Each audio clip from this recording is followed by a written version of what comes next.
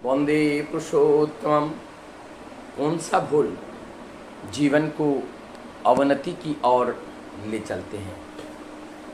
हमने देखा अच्छा जीवन चल रहा है और अच्छे जीवन के बीच में कभी कभी उतार चढ़ाव आकर जीवन अवसन्न हो जाता है, शांत हो जाता है, मृत्यु के मुंह पे चला जाता है।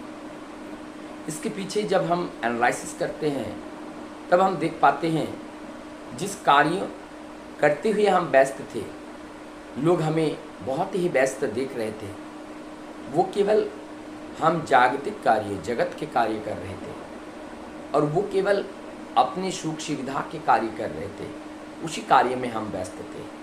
तो वो सकाम कार्य है और सकाम कार्य का फल हमारे पीछे पीछे घूमता है और उसका परिणाम भी हमें सामने इस शरीर में रहते हुए आता है और हमें भोगना पड़ता है और भोग करके जाना पड़ता है और शेष फल इसके परवर्ती जिसको बाद वाले जो जन्म है उस जन्म में भी भोगना पड़ता है और उस फल को लेकर के हमें जन्म भी मिलता है।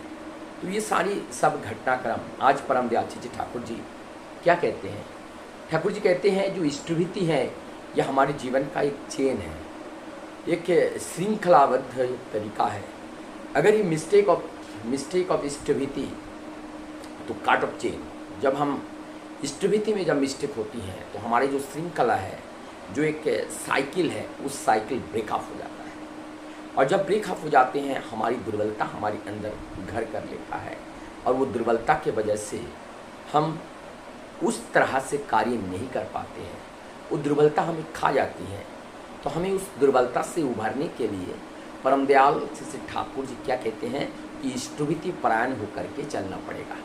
जिस दिन हम सुबह नाम ध्यान इष्टभीति परायण होकर के घर से बाहर निकलते हैं, ऐसे लगता है कि हमें जन अंदर जन एक शक्ति है, अर्थात स्वयं ठाकुर हमारे अंदर विराजमान है जागृत अवस्था में और हमारे अंदर एक शक्ति होते हैं और वो शक्ति से हम अनेकों कार्य कर सकते हैं। जैसे हमने इंद्रजीत का नाम सुना था, जो इंद्रजीत का उन्होंने निकुंभिला यज्ञ करा करते थे और उस निकुंभिला यज्ञ करके जब घर से बाहर निकलते थे तो उनका हर कार्य विजय भव, सब कार्य विजय होता था, सब कार्य में जयी होते थे। लेकिन उस निकम्बल कार्य का जो चेन है, उस चेन को अगर तोड़ दिया जाता तो उनका जो कार्य में वो पराजय को हाथ लगता है। तो जिस तरह से उनको पराजय किया था तो निकुंभिला यज्ञ को पहले ध्वस्त किया और ध्वस्त करने के बाद उनको युद्ध में पराजय किया।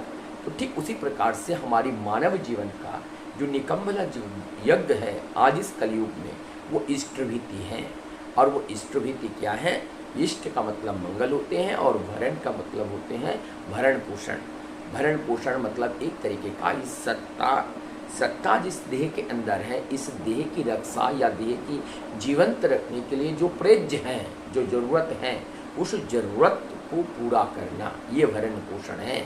इस जरूरत को पूरा करना, तो ये जब जरूरत को पूरा हम करते हैं तो ये मंगल यज्ञ कार्य है जो सत्ता की रक्षा करते हैं। तो सत्ता की रक्षा करना, सत्ता की प्रतिकूलता की ध्वस्त करना, ये सब मंगल कार्य है। तो इस मंगल कार्य में जो कूद पड़ता है, इस मंगल कार्य में जो रत रहता है, उनका जीवन में कभी अमंगल नहीं आता है।